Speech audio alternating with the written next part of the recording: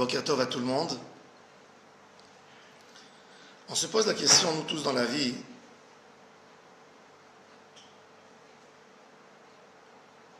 comment on peut savoir que ce qu'on fait, c'est vraiment la volonté d'Hachem? Comment? Alors bon, il y a la volonté d'Hachem écrite dans sa Torah, dans ses mitzvot. Je ne parle pas maintenant de la volonté d'Hachem en faisant quelque chose ou en se privant de quelque chose. Non. Je parle de la volonté d'Hachem à propos des actions que je devrais faire dans ma journée, d'un comportement, d'une situation. Je me retrouve dans un moment j'ai un conflit, j'ai une épreuve de Shalom Bayit, j'ai une épreuve dans l'éducation des enfants, j'ai une épreuve dans mon travail, avec mes collègues, etc. Et j'ai deux décisions, deux options à faire, une option, une autre option. Et je veux savoir ce qu'il faut faire. Et je me pose la question, Hachem, Dieu, dis-moi, qu'est-ce qu'il faut que je fasse? Ça ne te dérange pas d'allumer la lumière? Dis-moi, Hachem, qu'est-ce qu'il faut que je fasse? Et nous tous, on est affrontés dans cette situation. Qu'est-ce qu'il faut faire dans la vie? Comment on peut savoir quelle est la volonté d'Hachem dans ces cas? Qu'est-ce qu'il faut que je fasse vraiment? Alors David Amelech, dans Tehilim, il dit Lecha amar libi bakeshu panai et panecha Adonai avakesh.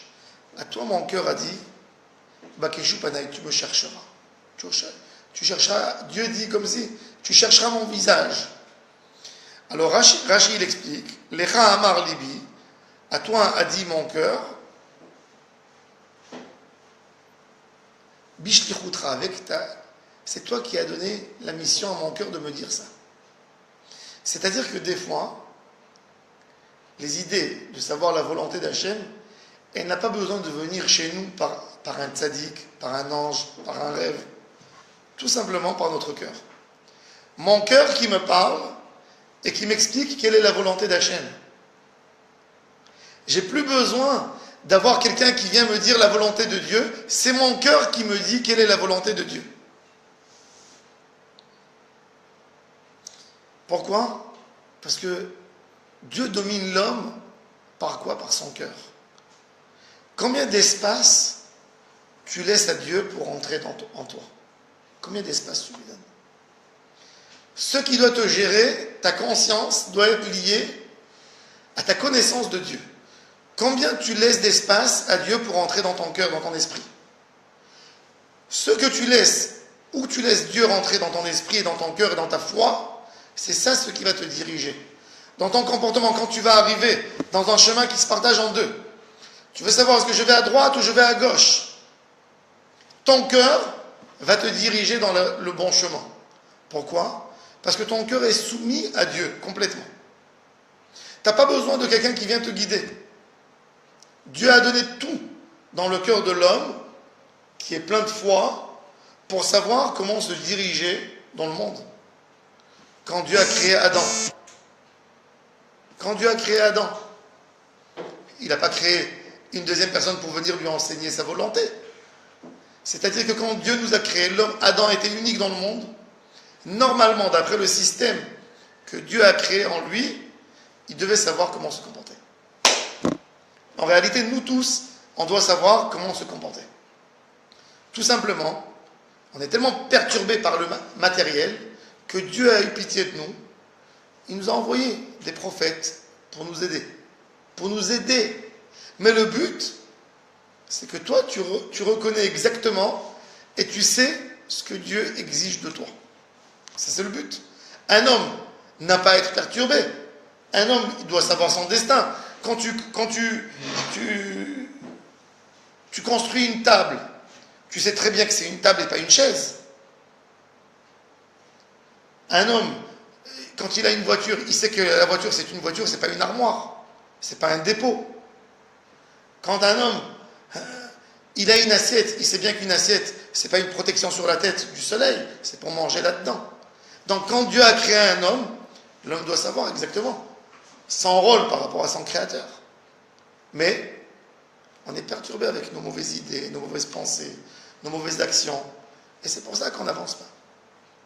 Quand quelqu'un, il soumet son cœur complètement à Dieu, il sait exactement ce qu'il a à faire. Il sait tout. Il n'a aucun problème dans sa vie personnelle et il sait comment se diriger dans les problèmes du jour au jour. Et comment tu expliques alors que même, par exemple, des grands rabbinim, ils vont quand même voir des rabbins? Ça, c'est une autre chose. Pour se guider. Quand le Rav, il a... J'ai déjà entendu mon rabbin dire, mais quand le Rav... mon Rav, c'est vrai, il pose une bonne question, mais quand le Rav a un très grand niveau d'émouna, il n'a plus besoin d'aller poser la question à personne. C'est vrai. C'est un Rav, mais il se dit que sa avodat Hashem n'est pas si grande, il veut aller justement poser la question à quelqu'un d'autre. Mais quand tu vois les lumières de la génération, nos lumières de la génération, c'est des gens qui savent se guider et se maîtriser à 100%. Akadosh Baruch Hu, son nom, c'est quoi? C'est Tsur Levavi, le Dieu de mon cœur, la force de mon cœur. Dieu a mis une force exceptionnelle dans chaque homme qui doit savoir se diriger. Regarde, je vais parler d'un exemple simple. Un animal, oui, avec toute la différence d'un animal à un homme, avec tous les inconvénients que l'animal est là. L'animal, dans sa vie personnelle, tu n'as jamais vu un animal qui va chez le médecin pour demander un régime, ou un médicament. Ou un médicament. Il sait se diriger, il sait s'éloigner du froid, il sait s'éloigner du chaud, il sait s'éloigner du danger, il sait s'éloigner des maladies, il sait s'éloigner dans la nourriture, savoir stopper. Pourquoi l'homme ne sait pas? Pourquoi l'homme ne sait pas? Ok, l'homme a un mauvais penchant, c'est vrai. Mais l'homme, normalement, un homme qui gère son cœur, il devrait savoir. C'est pour ça que le nom d'Hachem, c'est quoi? Tsur Levavi, le Dieu de nos cœurs. La force de nos cœurs. Dieu, quand il s'installe dans ton cœur, tu es sûr de tout savoir bien faire. Sans personne qui te dit. Abraham Avinu, le premier monothéiste du monde, Abraham, le premier qui a découvert Dieu, dans un moment où tout le monde était idolâtre autour de lui. Alors le Midrash pose la question. Dieu a parlé à Abraham quelquefois, il lui a dit, il a ordonné sur la circoncision, sur plusieurs décrets. Mais tous les autres ordres de la Torah, la Gemara a dit qu'Abraham Avinu, il savait faire tous les décrets de la Torah sans que Dieu lui dise. Il a compris par son cœur qu'il fallait les faire. Il est arrivé à un si grand niveau d'aimer Dieu, de donner une présence à Dieu dans son cœur, que de lui-même, il savait ce qu'il fallait faire et de quoi il fallait s'éloigner. Tout. C'est-à-dire qu'un homme qui donne tout son cœur à Dieu, il sait exactement ce qui va lui plaire et ce qui ne va pas lui plaire. Je donne un exemple très simple. Un homme, que nous tous on est passés par là. Un homme qui a connu une fille. Une fille. Il veut se marier avec elle. Il est amoureux. Alors il y a le début de tout. Et il veut savoir quelles sont ses sensibilités. Il n'a pas envie de faire quelque chose qui va la gêner. Il aime tellement la fille, à tel point que quoi? Qu'il ne fera jamais quoi que ce soit pour la gêner. Comment il sait? Il n'a pas vécu avec elle une éternité pour savoir tout ça. Rien que le fait de la voir et de l'aimer, j'en suis sûr que je ferai quoi que ce soit. Tout ce que je ferai, ce sera des choses qui seront pour son bien et pas pour son mal. Comment je peux avoir une chose pareille? Comment je peux savoir? Comment un homme, quand il se tient devant des gens très importants à qui il tient à cœur, comment ça se fait qu'il ne fait pas de bêtises? Peut-être l'autre homme, il n'aimerait pas un certain comportement à moi. Mais normalement, je parle de la norme des gens, tu as un rendez-vous spécial. Tu sais faire tout pour que de ta part le rendez-vous réussisse. Bon, après il y a d'autres raisons, que l'autre ne sera pas satisfait à 100% de ce que tu veux donner.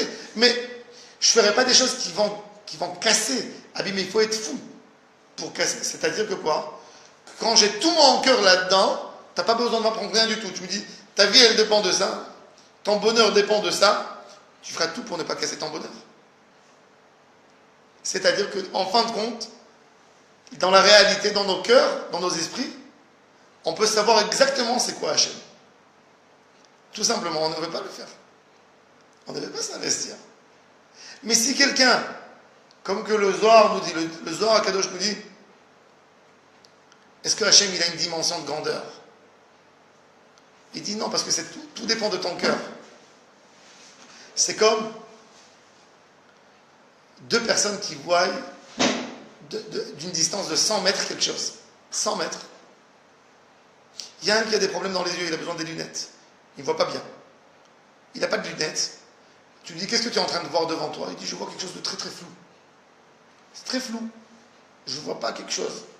Tu mets l'autre à côté de lui qui a une vision 10 sur 10, il te dit, c'est extraordinaire ce que je vois.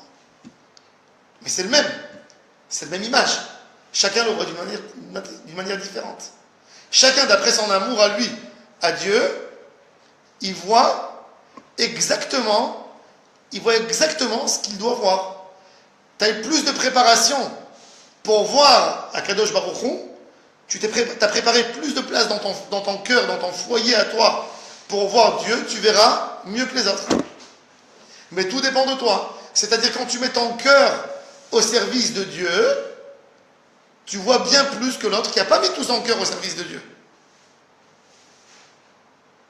C'est-à-dire que chacun, d'après son investissement, il va voir Dieu. C'est ce qu'il dit David Ameller. Dieu, je n'ai plus besoin de personne pour me diriger vers ta voie, parce que mon cœur, il fait ta volonté. Mon cœur me dirige exactement vers toi. Il me dirige vers rien d'autre, uniquement vers toi. C'est ce que David Ameller dit. Lecha amar libi bakeshu panai. David Ameller dit,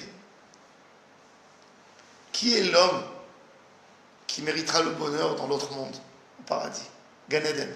Qui est l'homme qui méritera? Dans chapitre 24, dans Tehillim. Adonai, mi yagur be'aolecha, qui c'est qui habite avec toi? Qui c'est qui a le mérite d'être dans ta chambre à toi? Mi yishkon be'ar kodshecha. Alors il mentionne plusieurs choses. Qu'il faut qu'il soit un homme honnête. Il dit, ubar levav. Un homme qui a un cœur. Toujours on dit, d'ailleurs le symbole de l'amour, quand quelqu'un il veut écrire à l'autre I love you, il lui fait I, il lui met un cœur et il écrit you. Pourquoi le cœur? Le cœur c'est un muscle. Mais c'est un muscle plein de nerfs.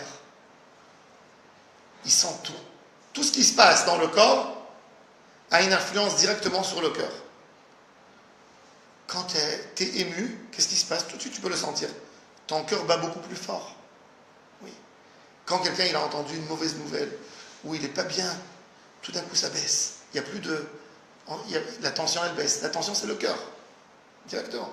C'est la pompe qui va mettre le sang dans le corps. Donc elle a tout de suite, elle agit sur le corps entièrement. David Ameller il dit, bar levav, quelqu'un qui a un cœur, qui sent Dieu dans chaque pas, c'est celui-là qui pourra tout savoir. Il dit plus que ça encore. Mon cœur me dit, vous avez entendu cette expression? Mon cœur me dit que ça se passe comme ça. On voit souvent des gens qui aiment leurs enfants, qui sont très attachés à eux. Tout d'un coup, ils ont une angoisse terrible qui vient sur eux. Il dit, si j'ai une angoisse, je sais qu'il y a quelque chose qui se passe avec mon fils en ce moment. Il y a beaucoup de parents ou des gens qui aiment très fort un l'autre, quand on est très attaché, tout d'un coup on a mal au cœur et on sait qu'il y a quelque chose qui se passe avec l'autre.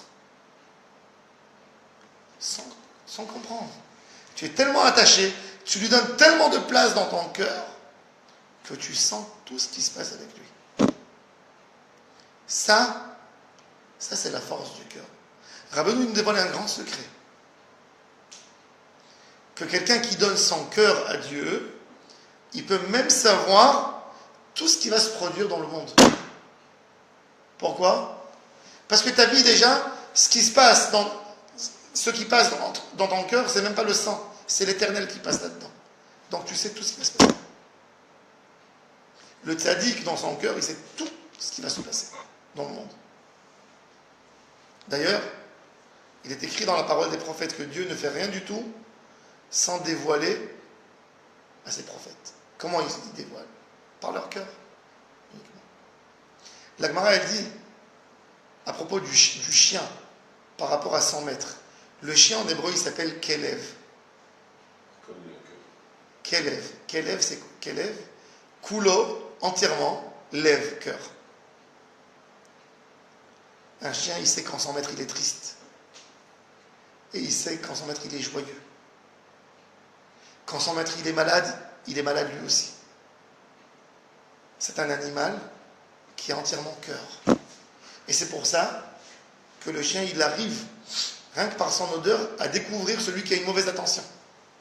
Quand il vient, il passe, bon, il y a un chien qui aboie sur tout le monde, mais il y a un chien qui sait sentir, le voleur par exemple, il fait dégager une transpiration mauvaise que le chien sent.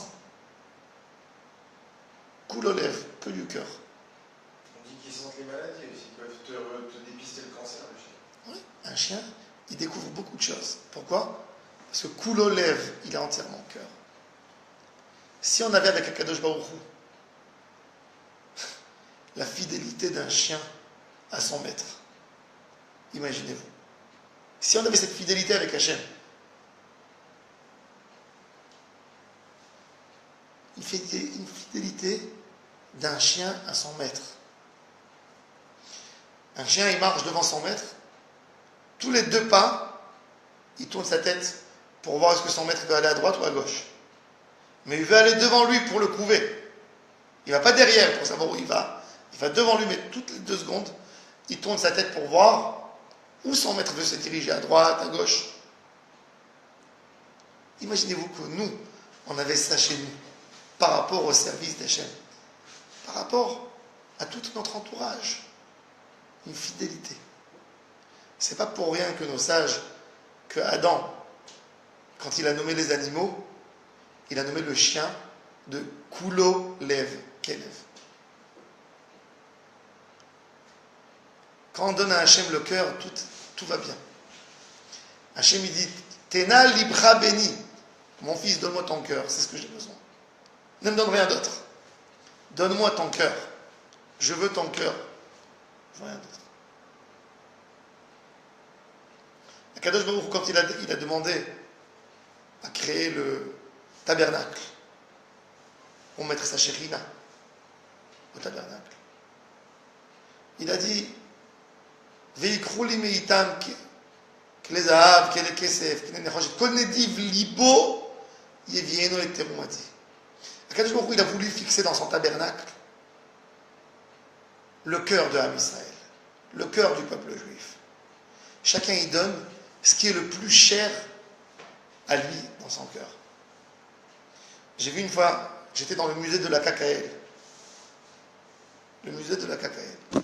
La KKL achetait les terres quand on était en...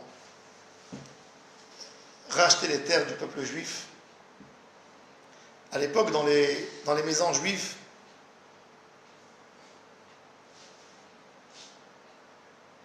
Daniel Elbaz nous écrit qu'il y a des chiens qui peuvent dérecter les crises cardiaques. Dans le musée de la KKL, ils achetaient les terres, ils ramenaient les terres au peuple juif. Dans toutes les maisons juives, il y a 100 ans, il y avait 2 boîtes de tzedaka. Une de Rabbi Meir Baalanes, pour Rabbi Meir, en Pologne, que ce soit en Afrique, partout. Deuxième boîte de tzedaka, c'était de l'argent pour la KKL, pour racheter les terres. C'était ça partout. Et dans le musée de la KKL, il y a quelque chose de très impressionnant. Il y a une bague d'alliance. Ils sont venus un jour, ils avaient un projet de récupérer des terres. Il fallait payer de l'argent. Ils sont partis dans un village et ils ont ramassé de l'argent au village. Et il y a une femme mariée avec son mari, 40 ans. Ils n'ont pas d'argent, c'est des mendiants. Elle veut donner quelque chose pour acheter les terres, récupérer les terres d'Israël. Elle regarde son mari, elle lui fait signe sur sa bague d'alliance. Et son mari lui dit oui. Et ils prennent la bague d'alliance et disent, ce qui va nous lier maintenant, c'est plus cette bague, c'est la terre d'Israël.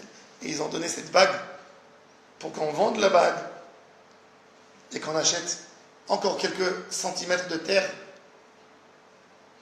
de notre patrimoine, de notre peuple. Ça, c'est l'amour. Ça, c'est donner le cœur. Et du coup, ils l'ont pas vendu, ils l'ont gardé là-bas. Ouais, ils l'ont gardé. Ça, c'est l'amour d'Israël. Mais ça, c'est l'amour de Dieu aussi. Quand le mauvais penchant, le Yetzer Hara, il vient chez toi, et tu tiens à cœur de faire une faute, une erreur, et tu dis que pour Dieu, je ne la fais pas. En ce moment, qu'est-ce que tu as donné à Dieu? Tu as donné ton cœur. Tu lui as donné un espace dans ton cœur. Quand tu voulais faire quelque chose et tu t'es privé que pour Dieu, tu t'es privé, tu as mis Dieu dans l'espace de ton cœur. Tu lui as donné le cœur. Ton cœur maintenant, il devient le cœur d'Hachem. Hachem, il s'appelle Tsur Levavi, le Dieu de mon cœur. Ce cœur qui s'est éloigné de quelque chose que pour Dieu, il saura exactement ce que Dieu s'attend de lui dans la journée. Ça, c'est les tzadikim. La Gemara dit tzadikim, libam birshutam. Leur cœur est à leur disposition. À la disposition, c'est-à-dire, le cœur les entraîne à faire des mitzvot. Ça, c'est le but de toute la Torah. Donner à Hachem le cœur. Bezrat Hachem, qu'on accomplit nous tous cette parole extraordinaire de David Amelech, Lecha Amar Libi Bakeshu Panay, que nos cœurs nous donnent cette force, cette volonté de servir Dieu. Et Hachem Yeh Be'ezrenu, Al Dvar Kvod Shemo. Bonne journée à toutes et à tous.